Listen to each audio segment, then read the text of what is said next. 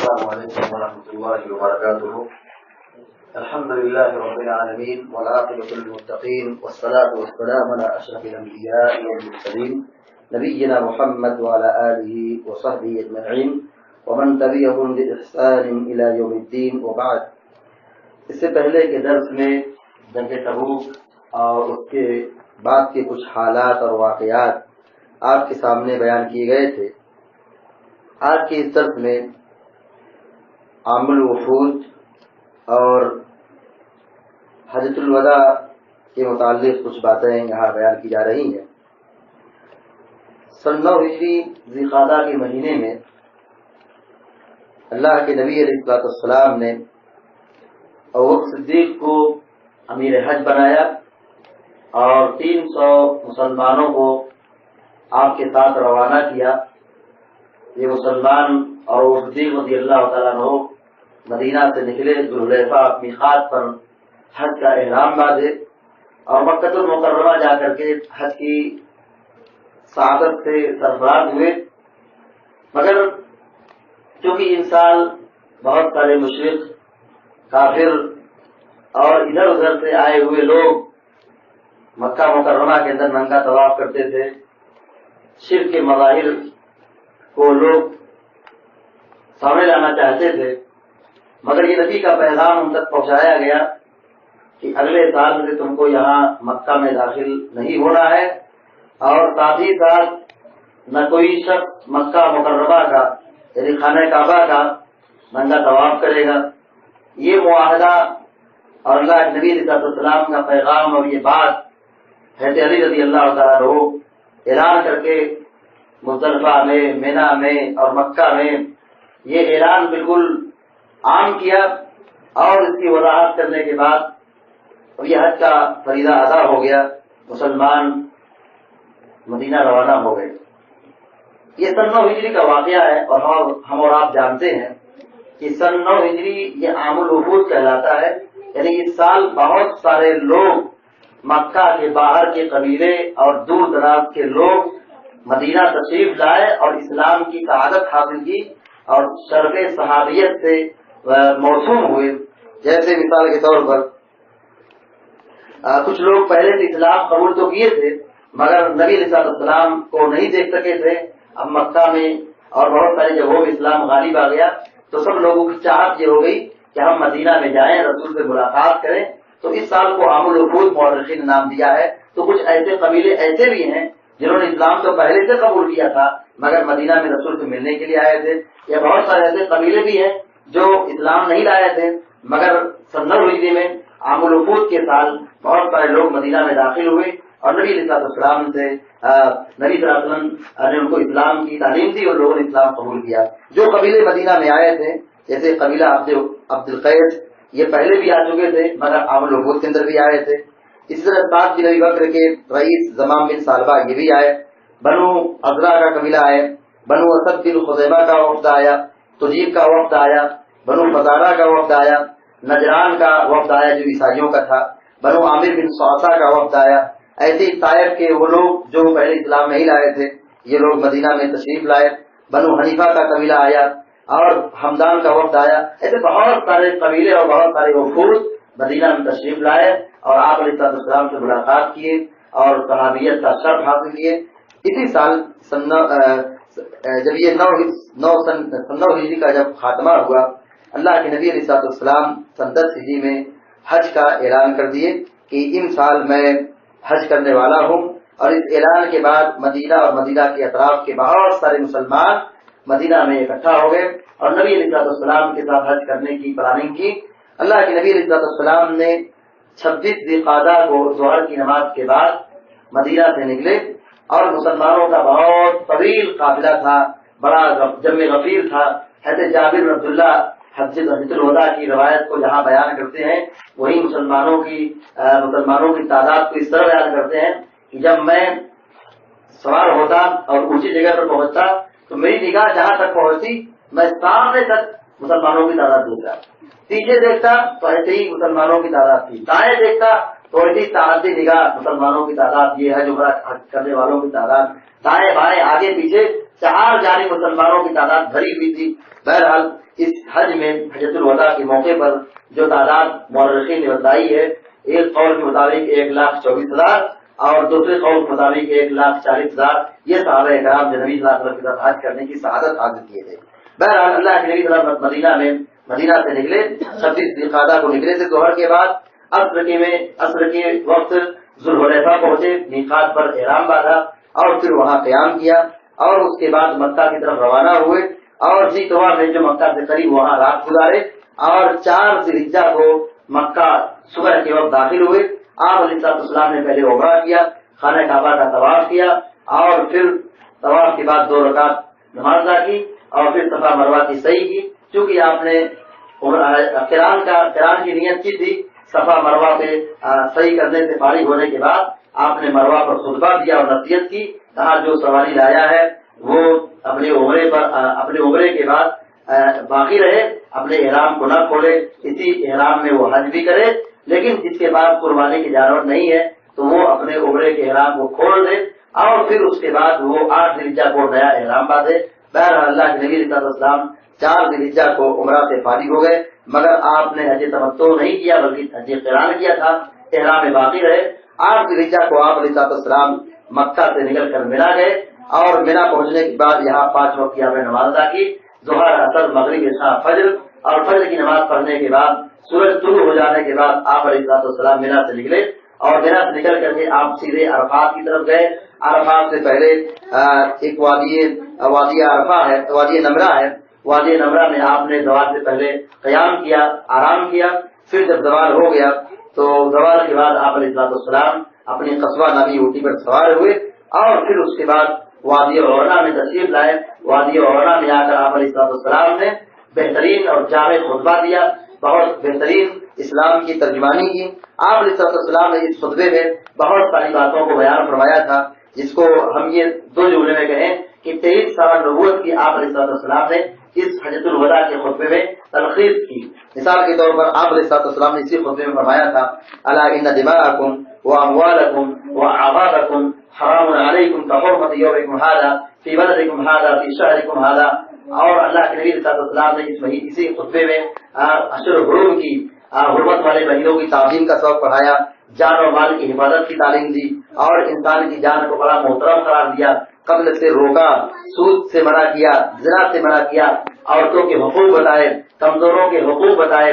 آپ علیہ السلام نے مختصر خطبے میں بہت ساری اسلام کی بنیادی باتوں کو بیان فرمایا جو اسلام کی تلخیص تھی، 23 سال نبوت کی ترجمانی تھی، خلاصہ تھا.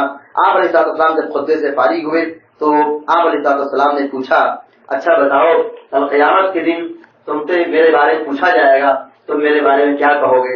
صحابہ اکرام نے کہا ہم یہ کہیں گے ہمارے اندر نبی آئے تھے، نبی نے اپنی ذمہ داری کو، نبوت کے فریضے کو ادا کیا اور ذمہ داری سے بڑھ کر کام کیا. اللہ کے نبی نے کوئی کسی جگہ سستی کوتاہی اور نبوت کی ادائیگی میں کہیں کوئی غفلت نہیں برتی. ہم اللہ رب العالمین سے یہی کہیں گے. اللہ کے نبی نے سنا تو اللہ کے نبی علیہ السلام نے اپنی شہادت کی انگلی کو آسمان کی طرف اٹھا کر کے پھر صحابہ اکرام کی طرف اشارہ کیا، کہا اللہم اشہد اللہم اشہد اللہم اشہد، اے اللہ تو گواہ ہے. یہ صحابہ کرام میرے بارے میں اچھا گمان رکھتے ہیں اور یہ میرے بارے میں کہہ رہے ہیں، تو اس بات کو سن لے اور اس پر گواہ رہا. جب یہ خطبے سے آپ فارغ ہوئے اللہ کے نبی صلی اللہ علیہ وسلم نے آخر میں یہ بھی فرمایا، کہا جو یہاں آج حاضر ہیں وہ آج جائیں گے، حج کر کے واپس جائیں گے جب، تب یہ اس بات کو، اسلام کی بنیادی تعلیمات کو لوگوں تک عام کریں گے، دین کی باتوں کو سکھائیں گے. الا فلیبلغ الشاہد منکم الغائب، جو آج یہاں حاضر ہے اس کی ذمہ داری ہے کہ اس دین اور شریعت کی باتوں کو سیکھ کر یا میرے اس خطبے کو سیکھ کر وہ لوگوں تک پہنچائے، نبی کا پیغام عام کرے، سنت کی نشر و اشاعت کرے. یہ آپ علیہ السلام نے وصیت فرمائی اور پھر اس کے بعد یہ آیت کریمہ نازل ہوئی، الیوم اکملت لکم دینکم واتممت علیکم نعمتی ورضیت لکم الاسلام دینا. اسلام مکمل ہو گیا، اسلام مکمل ہو گیا. جب یہ آیت کریمہ نازل ہوئی تو ایسے وہ رو رہے تھے. کیوں رو رہے تھے؟ اس آیت کو سننے کے بعد وہ سمجھ گئے کہ اب اسلام مکمل ہو گیا. اب مکمل ہونے کے بعد اب مستقبل کے دور میں آنے والے زمانے میں اسلام مکمل اب تو مکمل ہو گیا ہے، لیکن آنے والے زمانے میں آنے والے لمحات میں اسلام کمزور ہو کر گھٹ جائے گا. اس بنیاد پر یہ رو رہے تھے. بہرحال آپ علیہ السلام وہاں اترے اور خطبے سے فراغت کے بعد حضرت بلال نے اذان دی. ظہر اور عصر کی نماز ایک اذان اور 2 اقامت سے ادا کی گئی. پھر اس کے بعد آپ صلی اللہ علیہ وسلم وادی عرفات میں سورج ڈوبنے تک وہاں قیام کیے اور اللہ رب العالمین توبہ استغفار لمبی دعا. اور سورج جب ڈوب گیا، ڈوبنے کے بعد بغیر مغرب کی نماز پڑھے آپ مزدلفہ آئے. مزدلفہ آنے کے بعد آپ نے سب سے پہلا کام آپ نے یہ کیا کہ مغرب عشاء کی نماز ادا کی. ایک اذان ہوئی اور 2 اقامت سے مغرب عشاء کی نماز ادا کی اور پھر اس پر آپ سو گئے. یہ عید کی رات تھی، یہ عید الاضحیٰ کی رات تھی. آپ سو گئے. مسلم کی روایت ہے ثم اضطجع رسول اللہ صلی اللہ علیہ وسلم حتی طلع الفجر. آپ کا معمول تھا کہ آپ رات میں قیام اللیل کرتے تھے، سفر ہو کہ حضر ہو، گھر میں ہو کہ باہر ہو، آپ کا معمول تھا ہمیشہ قیام اللیل کرتے تھے. مگر جب آپ نے حج کیا، کیونکہ حج کی مصروفیات الگ ہیں اور ذمہ داریاں ہیں اور ارکان کی ادائیگی ہے، آپ علیہ السلام نے عید کی جو رات تھی، یعنی یہ 10ویں ذوالحجہ کی تاریخ تھی، آپ صلی اللہ علیہ وسلم آئے مزدلفہ میں عشاء اور مغرب کی نماز پڑھنے کے بعد سو گئے یہاں تک کہ فجر کا وقت ہو گیا، تب بیدار ہوئے. یعنی عید کی رات میں آپ سے عبادت کوئی ثابت نہیں ہے. بہت سارے لوگ لیلۃ الجائزہ کہتے ہیں، عید کی رات کو عبادت کی رات سمجھتے ہیں. ایسا شریعت اور سنت میں اس کا کوئی ثبوت نہیں ملتا ہے. آپ صلی اللہ علیہ وسلم سو گئے، بیدار ہوئے، فجر کی نماز پڑھے. فجر کی نماز پڑھنے کے بعد آپ علیہ السلام مشعر حرام کے پاس سے نکل کر کے پہاڑی کے پاس آئے اور وہاں خوب دیر تک آپ دعا کرتے رہے، ذکر و اذکار کرتے رہے، اللہ کی حمد و ثنا بیان کرتے رہے. پھر وہاں سے آپ علیہ السلام سورج طلوع ہونے کے بعد آپ مشعر حرام سے مزدلفہ سے روانہ ہوئے اور آپ آئے مینا.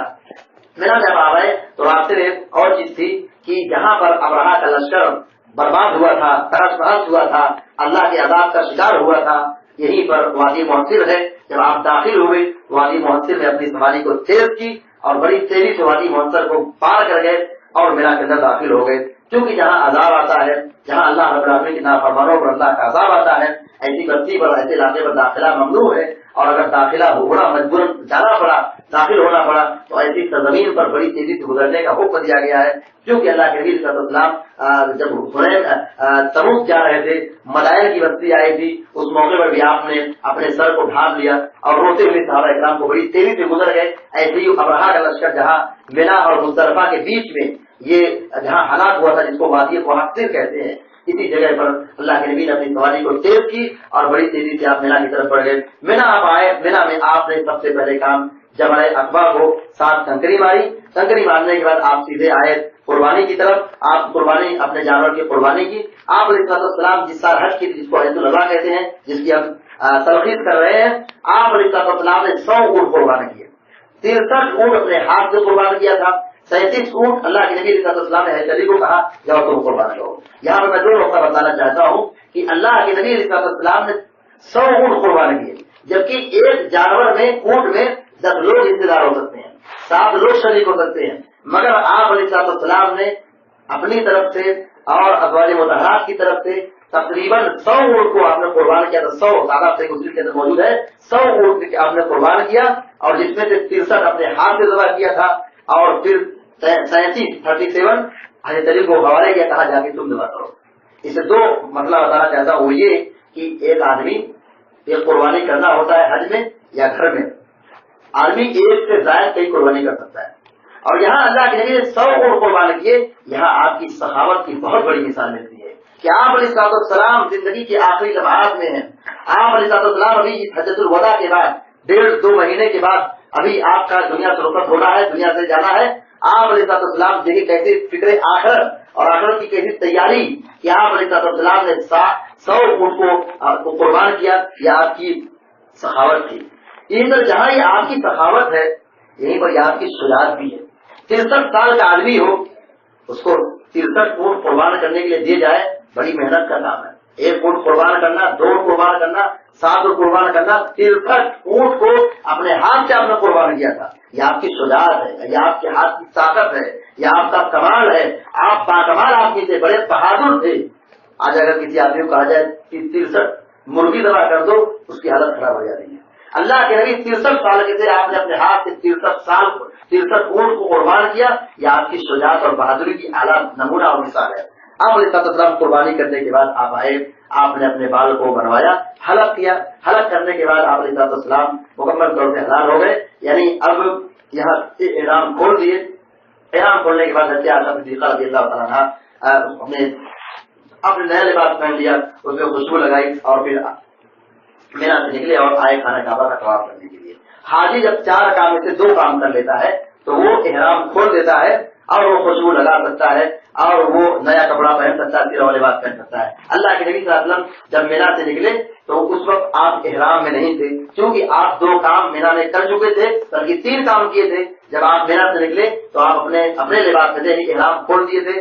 مکہ آئے، مکہ میں آپ علیہ السلام نے خانہ کعبہ کا طواف کیا اور آپ نے صحیح نہیں کی، کیونکہ آپ نے صحیح عمرہ میں کر چکی تھی. حج قران میں صرف ایک ہی صحیح ہوتی ہے، چاہے وہ حج کے اندر کرے یا عمرہ کے اندر کرے. آپ علیہ السلام نے عمرہ میں کر لیا تھا، اس لیے اپنے حج میں صحیح بین صفا اور مروہ جو دوڑ لگائی جاتی ہے آپ نے نہیں کی. پھر اس کے بعد آپ مکہ سے نکلے.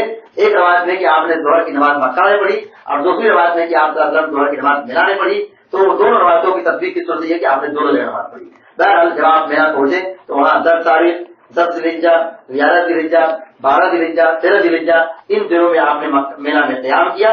اور 11 ذی الحجہ کو آپ نے کنکری ماری، 7 کنکری ماری آپ نے جمرہ دنیا کو، جس کو صغرا کہا جاتا ہے. پھر وہاں آپ قبلہ رو کر دعا کیے اور پھر خود وہاں سے نکلے تو جمرہ وسطیٰ کو 7 کنکری ماری.